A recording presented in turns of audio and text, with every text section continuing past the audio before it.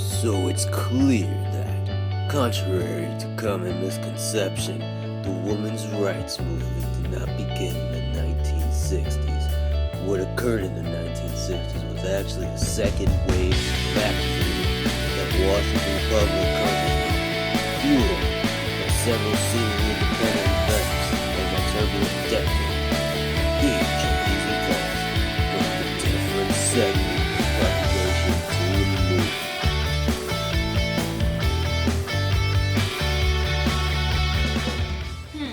I think that it's the government's responsibility to take an active role in addressing discrimination against women. I need to contact Kennedy ASAP.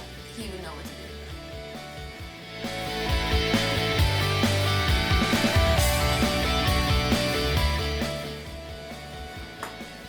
Thank you, miss. You're welcome, sir.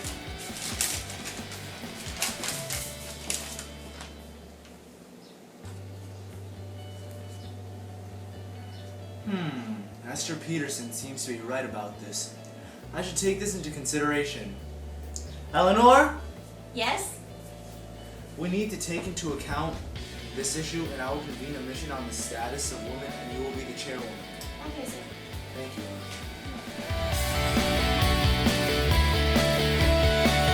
The report issued by that commission in 1963 documented discrimination against women in virtually every area of American life.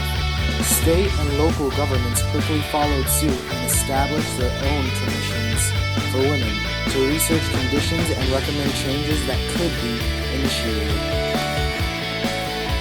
In 1963, Betty Friedan writes bestseller, The Feminine Mystique. This is Betty Friedan. Your book is #1 bestseller. Please tell us what it's about.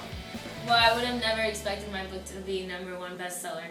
My book questions the cult of domesticity, and it asks women to reconsider their inferior social role. Would you mind a picture? No, not at all.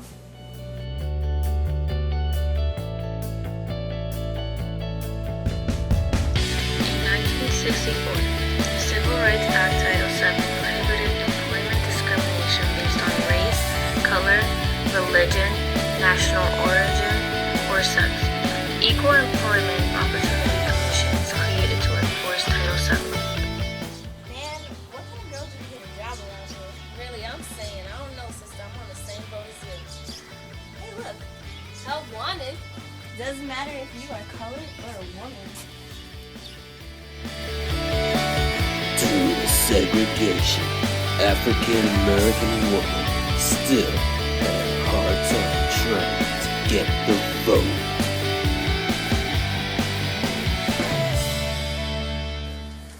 Hello, my name's Donald Millhouse and I'm ready to register and vote.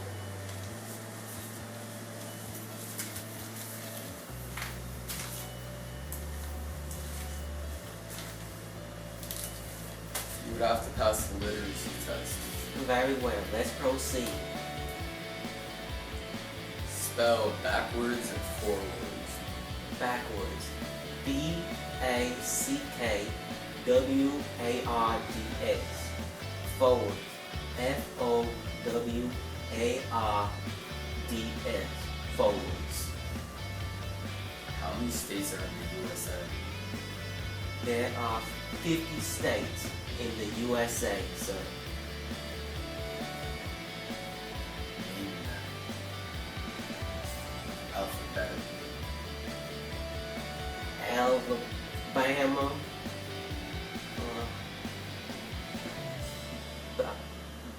Boston,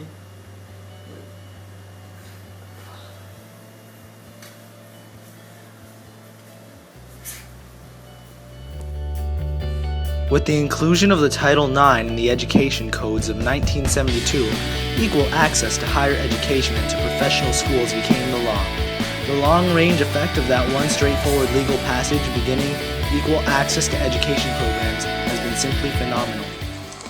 Title IX's impact was not limited to college athletics. Everybody thinks about Title IX in relation to sports, but the first things that went down with Title IX were actually the medical schools and the law schools. When Susan Love enrolled in medical school in 1970, there was virtually no prospect of her one day becoming one of the leading breast cancer researchers in America. Those were still the days of quotas in medical schools for women. Medical schools took 5% women, and that was it. I went to NYU, Columbia, they said, we already took our 5%, sorry. In 1 year, in 72, it went from 5% to 30%.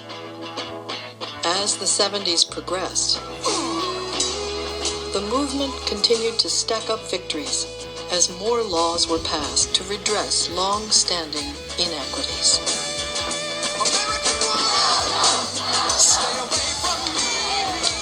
The movement seemed unstoppable. What unites women as a majority is the refusal to be manipulated any longer. It was like a tsunami. Something was boiling under the earth and we could bring it up. We were so idealistic, we were so energetic, we were so in your face, and there were so many of us.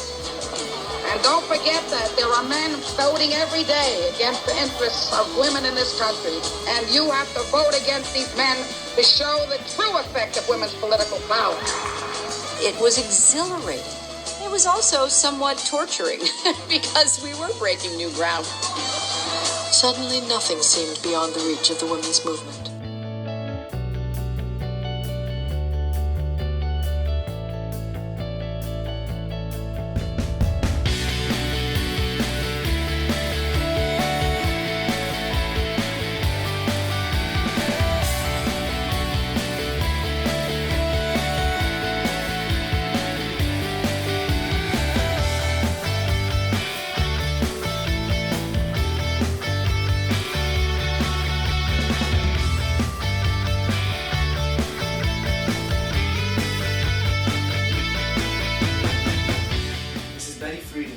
Bestseller. Please tell us what it is about.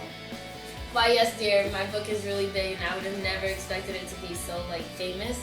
My book questions the cult of the So you just spit so. Betty Friedan. This book is #1 bestseller. Please tell us what it's about. Well, I would have never expected my book to be #1, but my book is about cult of domesticity and ask women to reconsider. It's like Want me whip?